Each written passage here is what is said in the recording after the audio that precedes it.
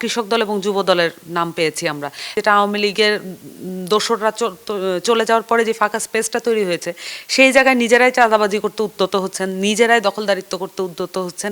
আমরা প্রতিপক্ষ করতে চাই না কাউকে। আপনি বলছিলেন যে আপনাদের বিভিন্ন কর্মসূচিতে হামলার ঘটনা ঘটেছে, এই হামলা মূলত কারা করছে? আমার কাছে মনে হয় যে যারা অভ্যুত্থানের শক্তি হিসেবে দাবি করছে, কিছু কিছু ক্ষেত্রে তাদের নাম আসছে। যেমন বরিশালে আমরা নাম দেখেছি, কৃষক দল এবং যুব দলের নাম পেয়েছি আমরা, এবং তারা পরবর্তীতে ক্ষমা প্রার্থনা করেছে বিভিন্নভাবে।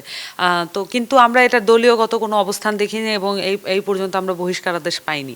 তো আমরা দেখছি যে যারা অভ্যুত্থানের শক্তি হিসেবে বিভিন্ন সময়ে নিজেদেরকে দাবি করছেন এবং তাদের নিপীড়ন এবং অত্যাচার সম্পর্কে, ফ্যাসিস্ট রেজিমে তাদের অত্যাচার সম্পর্কে আমরাও সচেতন, কিন্তু তারা নিজেরাই এখন মনে হচ্ছে যেন ওই ফাঁকা স্পেস, যেটা আওয়ামী লীগের দোসররা চলে যাওয়ার পরে যে ফাঁকা স্পেসটা তৈরি হয়েছে, সেই জায়গায় নিজেরাই চাঁদাবাজি করতে উদ্যত হচ্ছেন, নিজেরাই দখলদারিত্ব করতে উদ্যত হচ্ছেন।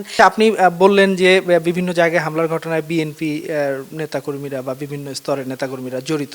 তো এই রাজনীতির মাঠে কি বিএনপি আপনাদের প্রতিপক্ষ, নাকি আগামীতে বিএনপির সাথে কোনোভাবে জোটবদ্ধ হয়ে নির্বাচনে যাওয়ার কোনো প্ল্যান আছে কিনা? দেখুন, দুইটা বিষয়। একটা হচ্ছে আপনি নির্বাচন ব্যাপারে কোশ্চেন করেছেন, আরেকটা ব্যাপার হচ্ছে যে এই আমরা প্রতিপক্ষ কিনা।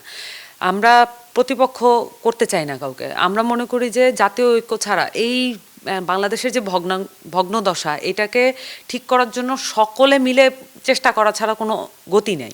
কিন্তু আমরা দেখতে পাচ্ছি যে কেউ কেউ আসলে পুরো চেষ্টাটা করতে চাচ্ছেন না। তারা মনে করছেন যে তাদের যেই দফা দাবি আছে, তাদের যেই ক্রাইটেরিয়া আছে, ওই মোতাবেক শুধুমাত্র তারা কাজ করতে দেবেন, এর বাইরে গেলে তারা কাজ করতে দেবেন না।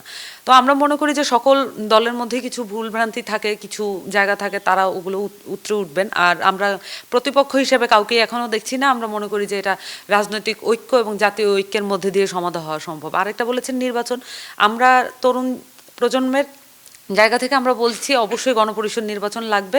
তার কারণ আমাদের প্রোক্লামেশন অফ জুলাই এখন আমরা দেখতে পাচ্ছি না কারো কাছ থেকে।